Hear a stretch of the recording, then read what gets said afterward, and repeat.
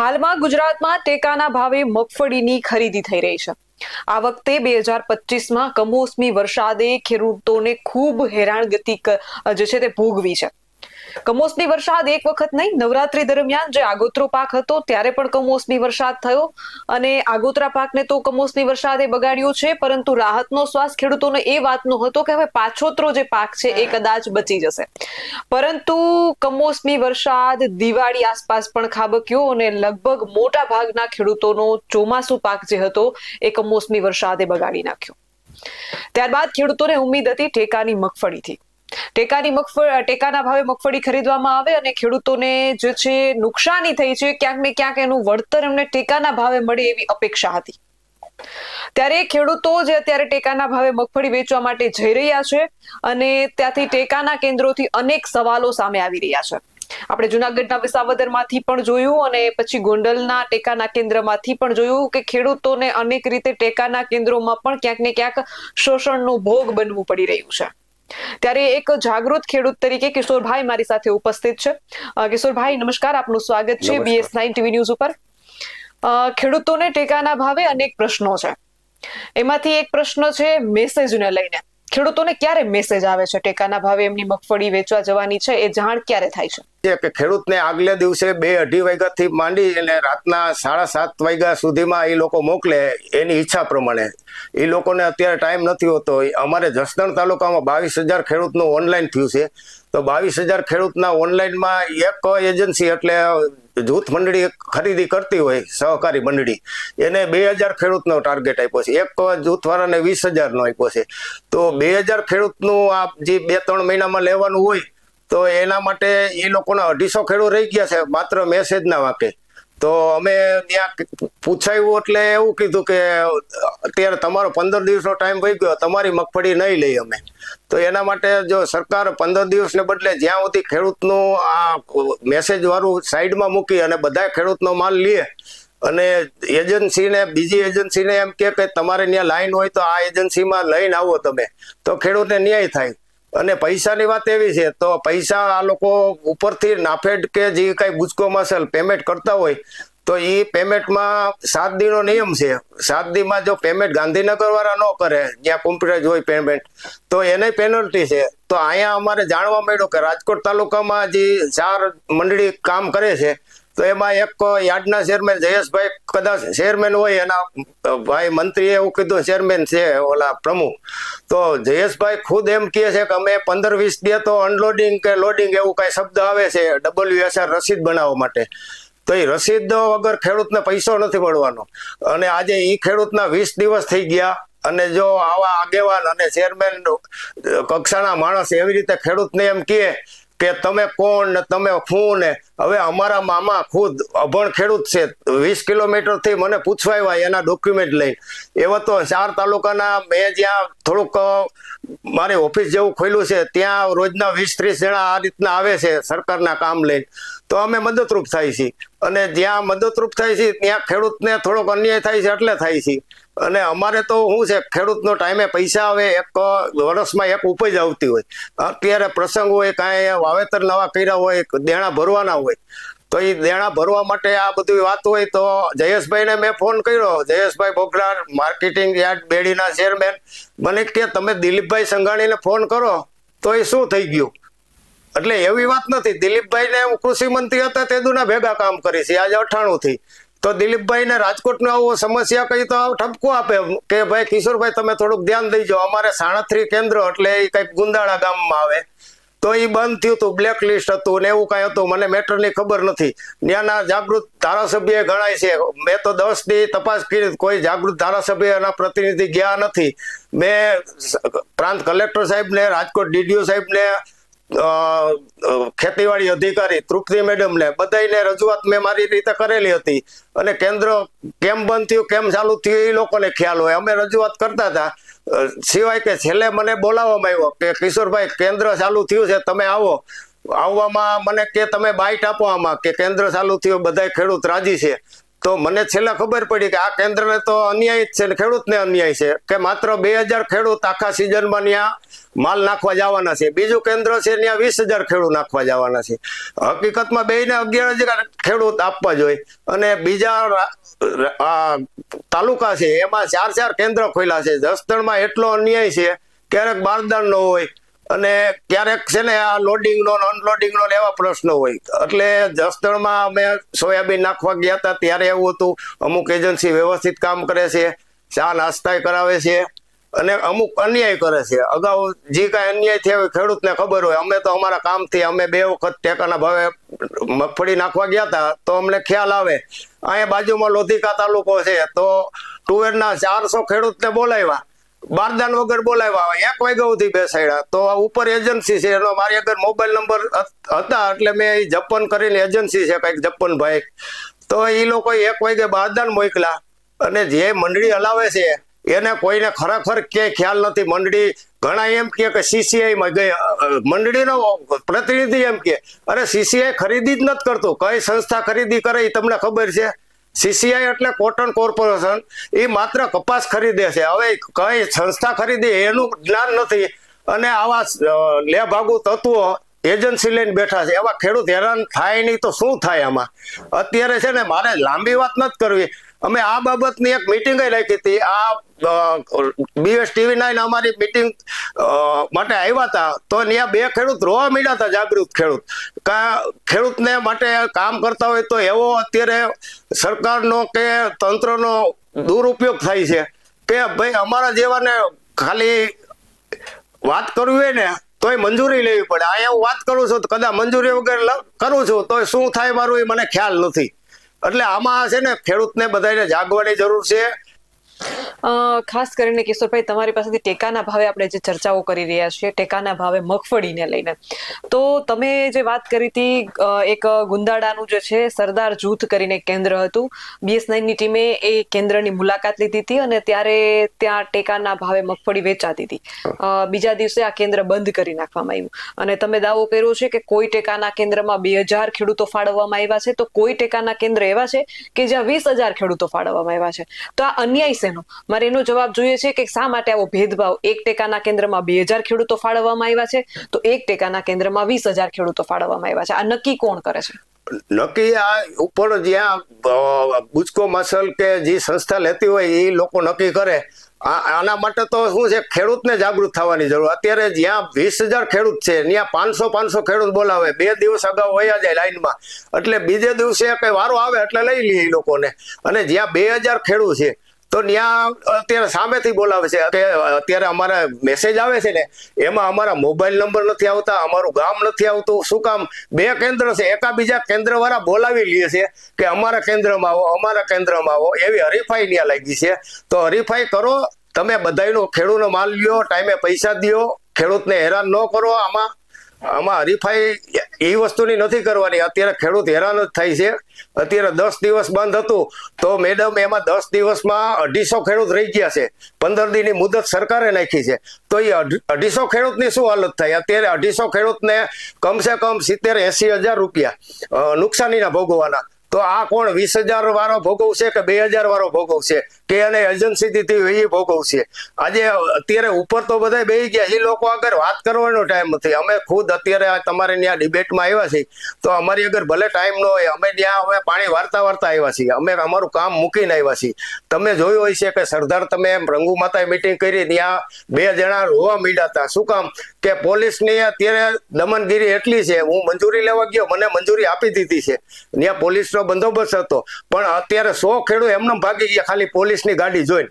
અત્યારે અમારી આગળ લિસ્ટ હતું અને સભાનું લિસ્ટ જોવો, ત્યાં બધા હાજરી પુરાવીને વયા ગયા. શું કામ? કે અગાઉ કઈક બોટાદમાં માર્યા હતા. જે કઈ થયું એ બહુ મને ખ્યાલ નથી, હું ગયો નથી બોટાદ.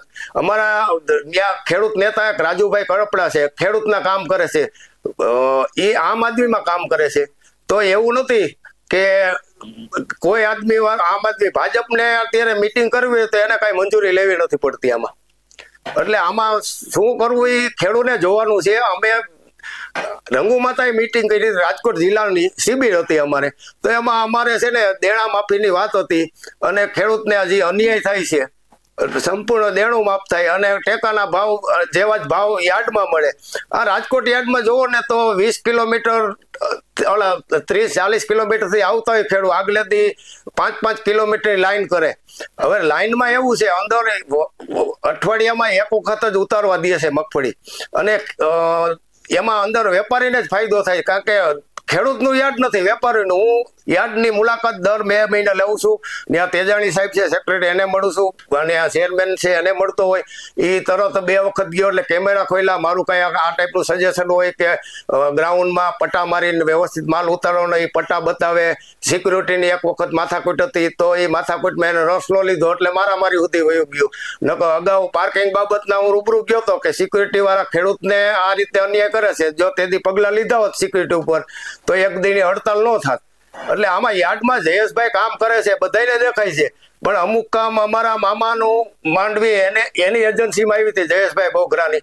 તો મેં ફોન કર્યો એટલે એ પ્રમુખ છે રામનગરના અને રાજકોટ તાલુકાની મગફળી હતી તો 15 દિવસથી મગફળી નાખી છે. હજી 8 દીની મુદત નાખી છે. માત્ર લોડિંગ નથી થયો અને લોડિંગ થાય એટલે WSR રસીદ બને અને સરકારમાં રસીદ જાય એટલે એ ગાંધીનગરથી પેમેન્ટ થતું હોય.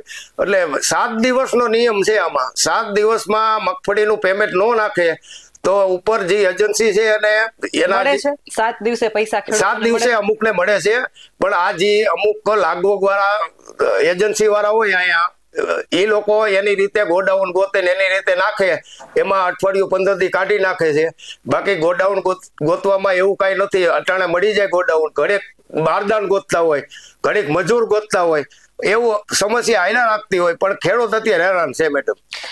ખાસ કરીને ટેકાના ભાવે એ પણ ક્યાંક ને ક્યાંક પ્રશ્નો આવે છે કે મગફળીમાં ધૂળ છે એટલે રિજેક્ટ કરવામાં આવે છે અને એને મગફળી જ્યારે ખેડૂત માર્કેટિંગ યાર્ડમાં વેચવા જાય તો ત્યાંથી જ વેપારી માર્કેટિંગ યાર્ડની મગફળી એ જ રિજેક્ટ થયેલી મગફળી પાછી ટેકાના ભાવે બીજા ખેડૂતના ખાતામાં ભરી આવે છે તો સિલેક્ટ પણ થઈ જાય છે. આ પ્રશ્ન વિસાવદરથી આવ્યો હતો. શું આવું થાય છે ટેકાના કેન્દ્ર? ના એ વિસાવદરથી થયો એટલે મને ધ્યાનમાં નથી. હું 5-6 યાર્ડમાં જતો હોય 15-20 કેન્દ્રમાં ગયો છું. મારે થોડી કઈ જવાબદારી છે ખેડૂતની એટલે અમે જાતા હોય એટલે અમને ખ્યાલ છે થોડો કે આ પેમેન્ટ બાબતનું આ જે નબળો માલ હોય તો ત્યાંથી કદાચ વેપારી લે એની આગળ એવી મશીનરી છે વેપારી આગળ બહુ મોટી છે. વેપારી શબ્દ આવે ને એટલે એમાંથી નીકળે ને એટલે એ પાસ થઈ જતો હોય છે. આમાં એવું છે મેડમ ખેડૂત અભણ ખેડૂતને ગમે એ રીતે સમજાવી દે છે. 5 ખેડૂત કદાચ એ ટાઈપના હોય કે એને ખ્યાલ ન હોય એટલે સમજાવે. હવે મારા મામાના દીકરા આવ્યા હતા એને પેમેન્ટની વાત હતી એને એમ થાય કે આમાં 20 દી કે કદાચ 1.5 મહિનો કે આયા કરે પણ ઓલું જે સરકારે નક્કી કર્યું 7 દી એને ખ્યાલ ન હોય. એટલે ક્યાંક ને ક્યાંક જે 7 દિવસનું ધારાધોરણ છે એ નિયમનું પાલન નથી થતું. એ તો ચોક્કસ રીતે સાબિત થયું છે કે 7 દિવસે અમુક ખેડૂતો છે જે દાવા કરે છે કે 7 દિવસે એમના ખાતામાં પેમેન્ટ જમા નથી થતું અને તમારો દાવો છે કે જે રીતે તમે ફોન કરીને જવાબ માંગ્યો છે કે 7 દિવસ થયા છતાંય 20 દિવસ થવા આવ્યા છતાંય પેમેન્ટ જમા નથી થયું તો એમનો જવાબ હતો કે આવતા સોમવારે પેમેન્ટ જમા થશે. એટલે ક્યાંક ને ક્યાંક ખેડૂતો આવા દાવા કરે છે કે 7 દિવસે પેમેન્ટ જમા નથી થતા. બીજો પ્રશ્ન ખાસ મારે તમને એ પૂછવો છે કે સવારે જે ખેડૂતો રાતે લાંબી લાઈનોમાં ઉભા રહી જાય છે. એક ટેકાના કેન્દ્રમાં કોઈ જગ્યાએ તમે કીધું 2000 ખેડૂતો ફાળવવામાં આવ્યા છે તો કોઈ ટેકાના કેન્દ્રમાં 20000 ખેડૂતો ફાળવવામાં આવ્યા છે. જો બધા જ ટેકાના કેન્દ્રો એક સરખી સારી સંખ્યામાં વ્યવસ્થિત રીતે ખેડૂતો ફાળવવામાં આવે તો ખેડૂતોને જે રાત્રિ દરમિયાન લાંબી લાઈનોમાં ઊભું પડે એ ન ઊભું પડે.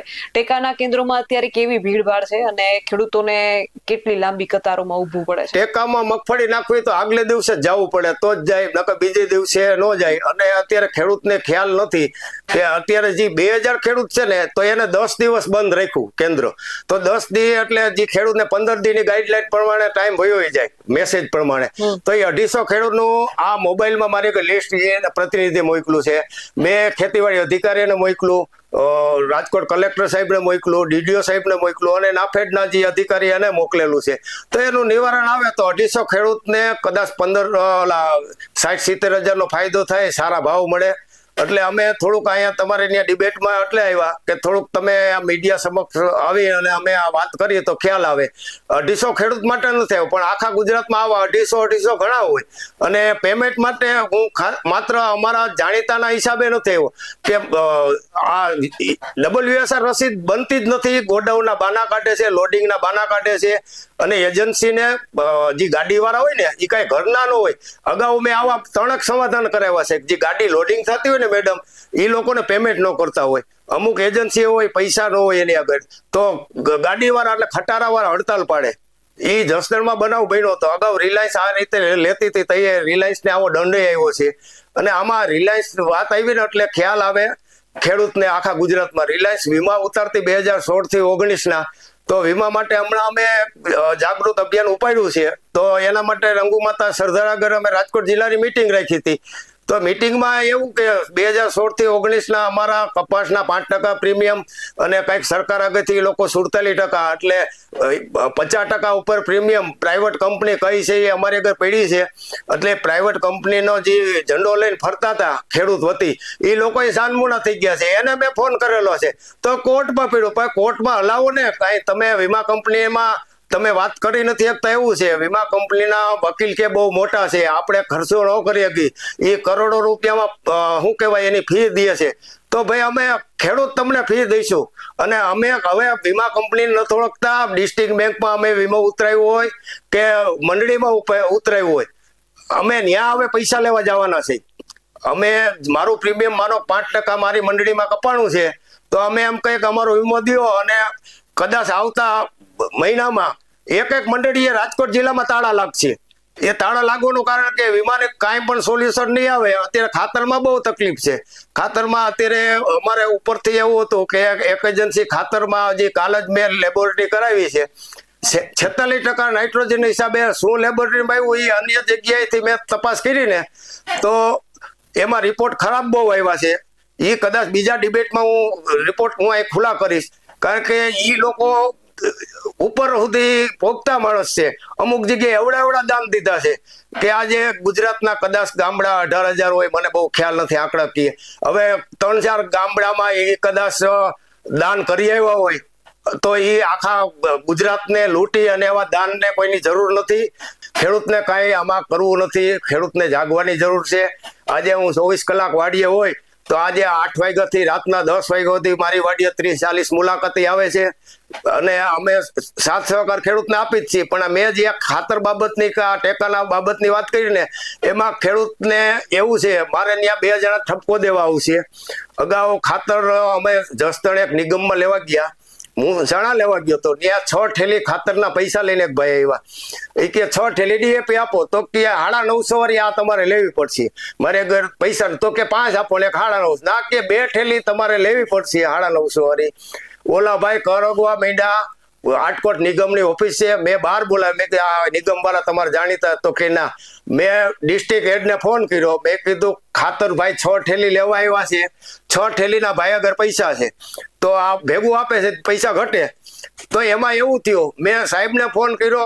કોરાટ સાહેબ ડિસ્ટ્રિક્ટ હેડ રાજકોટ જિલ્લાના ડાયરેક્ટર છે, કે કિશોરભાઈ એને ફોન આપો. ફટ દઈને કાંઈ વસ્તુ ભેગી ન આપી મેડમ. અને 6 ઠેલી DAP ઓલા ભાઈ રાજીન રેડ થયા. મારાથી 40 કિલોમીટરનું ગામ દૂર છે.